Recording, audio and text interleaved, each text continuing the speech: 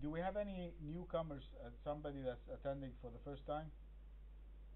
Anybody that's for the first time?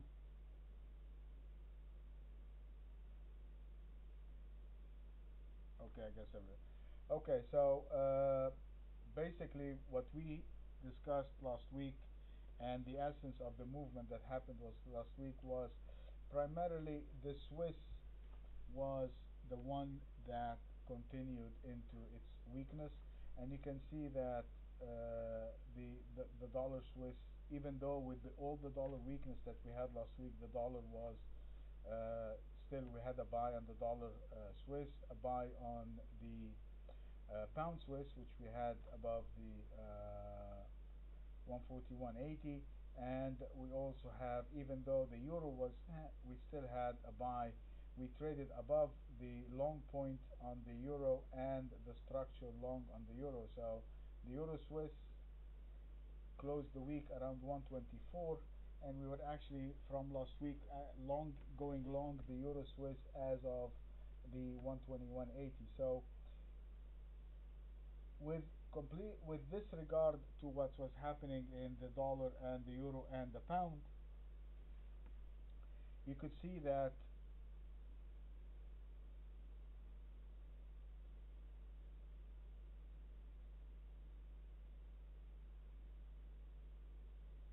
the it is primarily could you see what Mike wants, Janet? That the all the currencies have been crossed positively against the Swiss except the Aussie. And by looking at the radar screen this way, you can gauge that actually the Aussie Swiss has been short. So with regards that the dollar Swiss is up, the pound Swiss is up, the euro Swiss is up.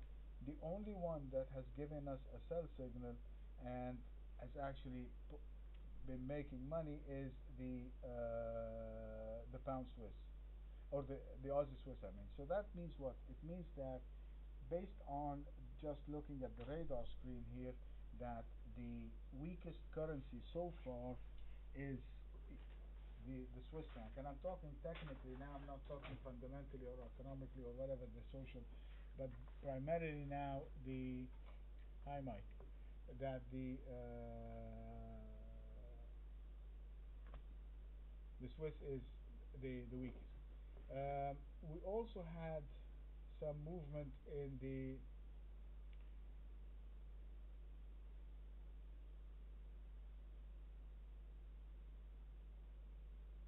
pound yen, and we had some movement to the downside or weakness in the Aussie yen, the euro yen, and the dollar yen. So primarily the yen is the strongest so far, and that is based upon the trade plan that we did last week, and the results of those trades. So having said that, just keep in mind that as of now, as of the closing of every week, the of last week, the Swiss is weak, and the Australian is extremely weak, because the Aussie has been, as you can look here at the Australian group, there is nothing on the buy side, there is nothing on the structure long, yet we are short on 3 out of the 4 positions in the Aussie. And there is a reason I am doing this now. There is a reason I'm doing this now, and I'm going to show it to you in a minute. So right now, just taking a global picture from the radar screen, and that's why for the Rafa and the rest of the turtles, that's why populating the long point and the short point from the trade plans that you do, you'll be looking at this, Clive, and you can gauge now, get a sense just by this, that the Australian is the weakest of all the currencies, and the Swiss was also second weakest. And then we can begin to define which is the strongest. Is it the dollar, the pound, or the euro in this case, in planning our trades going forward? Now, let's go now to our indices so that we can gauge our pairs. So first of all, we're going to look at the dollar. This is the weekly chart for the US dollar, ARPA, And even though we had a quite a big range week, I mean the high of last week was 80.43 and the low was 78.45. So basically you had a 200 basis point fluctuation on the dollar,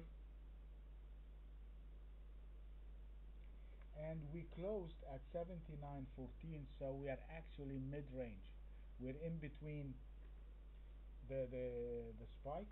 Last week's high was 79.64, so we are now 79.14, so we're only 50 basis points from that high.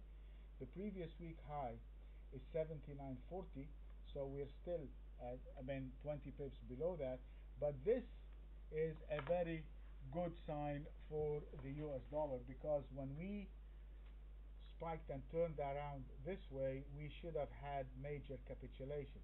But for us to stop and actually come back and close 20-30 basis points above the high of the previous 2 weeks, that is also a very good sign. And you can see the reversal that we had on Friday. That as again, that is a buy signal, and we should be looking at, again, if you are long the dollar, you should be holding the dollar. Our stop on the long-term position should be below the 78.31, and that is still, this is more of, as I said, of a gift, so we should be adding more to our US dollar. If we look at the other currencies, we're going to take them in order of, so let's take the euro because it's the now you can see in the last 4 days of last week the euro has kind of slightly pushed up, and this is the close that we had at 133.81 based upon the index. That is a sell signal, that is a sign of weakness. As you can see, the closing over here, even though we had a spike from the low, which is what some of you would call a tail or something like that, we are barely above. Last week's low is 33.57, this one is 33.80. We are sitting at right at the 133.80, so we have been unable to come back above these lows, and therefore we still cannot say that this is a buy. But what this will tell us is that if it gets above these lows, then we have a very low risk buy signal or a long point on the euro. So the euro as of now is a sell signal. Only if it gets above, let's say around, gets above the big figure, which is the 134, then we might look at it as a buy. And you can see the failure that we had over here, going all the way up to 35 and then to come back two big figures to the downside. That again is a sign of weakness. If you look at the British pound,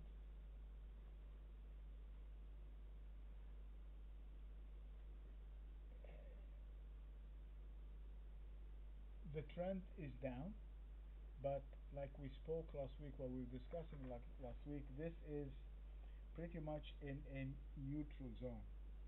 It is neither resuming its downtrend nor it is going up. So since we are below the 157.60, we are still in a downtrend. Excuse me, I mean, we will be staying in the downtrend until it gets above maybe the 170, but as of now we are definitely in a downtrend, and we're looking for a continuation to the downside. And the concern that I have is that we did not get the capitulation upon a break of the 157.61. We did not get this break, we did not get the follow through to the downside, and that is a concern because the prices are not behaving as per our expectation. And if it's not behaving as per our expectation, then there is something that's happening in the background that, again, we don't understand, we cannot quantify, so we are not going to press. So if I'm looking at this, I have a break to the downside and I'm not getting any selling, so the high probability is actually either an accumulation or a move to the upside. So we can slightly say, like what we did last week, that the pound is slightly strong. I mean, let me show you. This is what we did last week.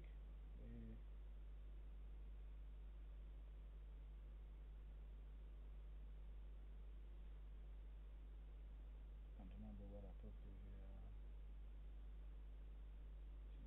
Aussie.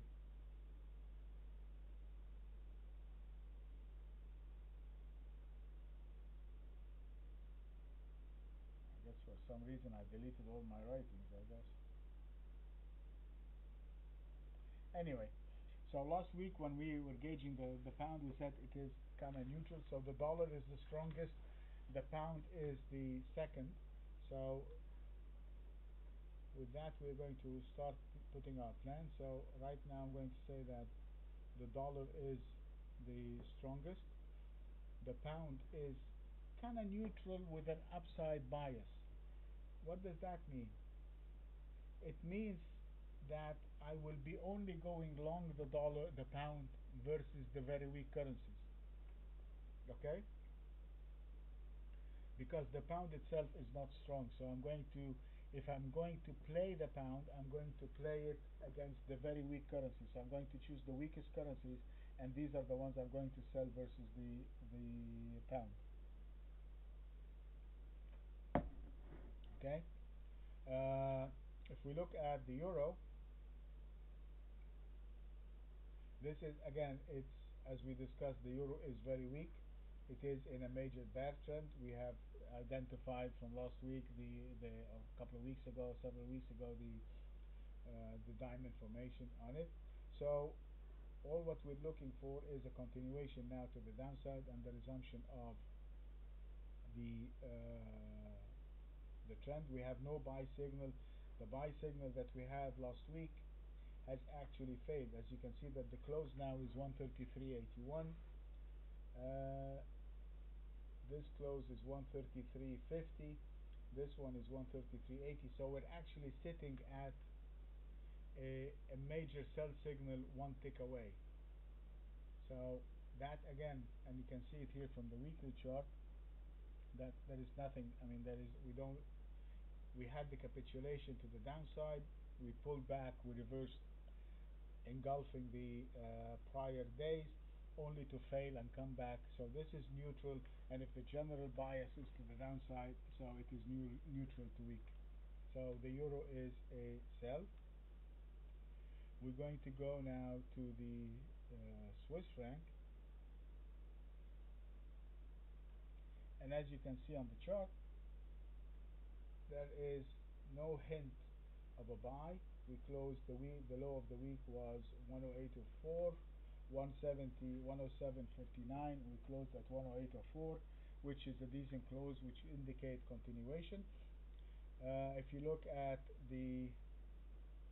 now we have two very interesting currencies we need to focus on. One is the Australian,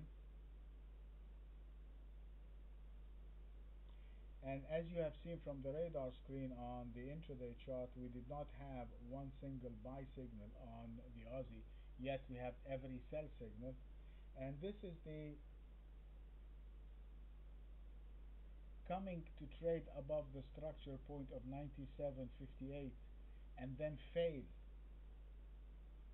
and come back to close at 97. Again, it is a sign of weakness. I'm looking for continuation to the downside. The primary reason is that once we traded above the 97.58, there was no takers. There was nobody that was actually interested in buying the Aussie. Nobody was even trying to short cover their positions, and therefore it faltered and it came down and closed it at the 97. So with that, we will be looking at again continuation to the downside. The other one which I think is very interesting is the Canadian. and it is pretty much the same setup that we have seen in the Australian. We had this open trade below the prior week's low, coming back above those lows to be start a short covering rally that pushed up all the way to the 97.50, only to falter and came back and close at 96.11, which is again, yes, it's a positive week, but it is a negative week. It is a continuation. You can see it here also on the daily chart. You can see this is a major sell signal, and to be on the safe side, I mean, we closed below. That by itself is a very concerning pattern. It indicates a lot of selling that came in. Closing below 96, then okay, that gives us two sell signals, and now we have an easy trade on Monday. Anything below the 90.50.80 based on the index, you should be smashing the Canadian to the downside. With that, if we are going to be doing our choices or our selection now,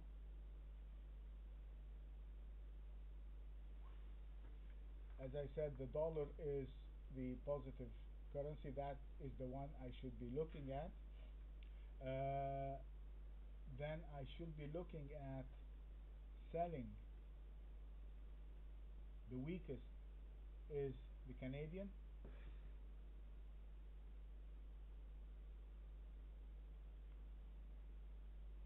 Also the Australian.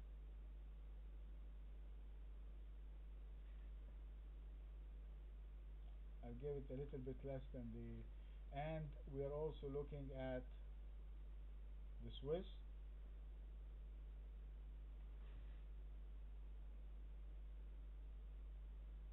So I can go long the dollar CAD, I can go short the Aussie dollar, I can go short the dollar Swiss, and I can also take the euro into as part of the so with the dollar I can take any of those pairs. I'll be looking at those pairs to take on the short side. So basically I'm shorting these pairs against the dollar. I'm going to go long the dollar, short the CAD, short the Aussie, short the Swiss, short the euro, and I'm not going to be keen on doing anything with the pound versus the dollar. I can take go long the pound CAD, I can go long the pound Aussie and the pound Swiss, and I can go long also the euro pound. The yen pairs are still, the yen is still fundamentally strong. We are getting tighter and tighter, and this now, guys, this is very important. Now I want you to see this because something is brewing. Something is really brewing. Does anybody see anything on this pattern here?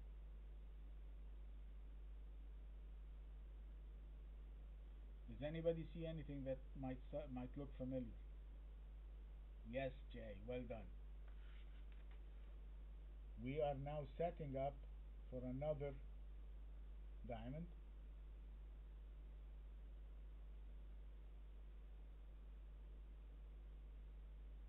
And again, you don't have to pick the lows and tie the lows with it, but again, at least you're sensing, you're getting the feeling. And what the diamond formation is, now this is what you're looking at two triangles upside down. So it's pushing up like this. You can take this high, and now you're getting two triangles that have like a common base, if you will, and that's the common base of the two triangles, and it is giving us this kind of, this again is a very, very bearish pattern only if it breaks the lows. Okay, so with that, With that, we're going to get a couple of tight weeks. You need to be looking at, now we're going to look at structural failures in the yen. Okay? And that's why I kept the yen to the end of it so that you can see what we're talking. So we're going to, this is our plan, and this is how we're going to plan our trades for next week. We're going to primarily be long the US dollar.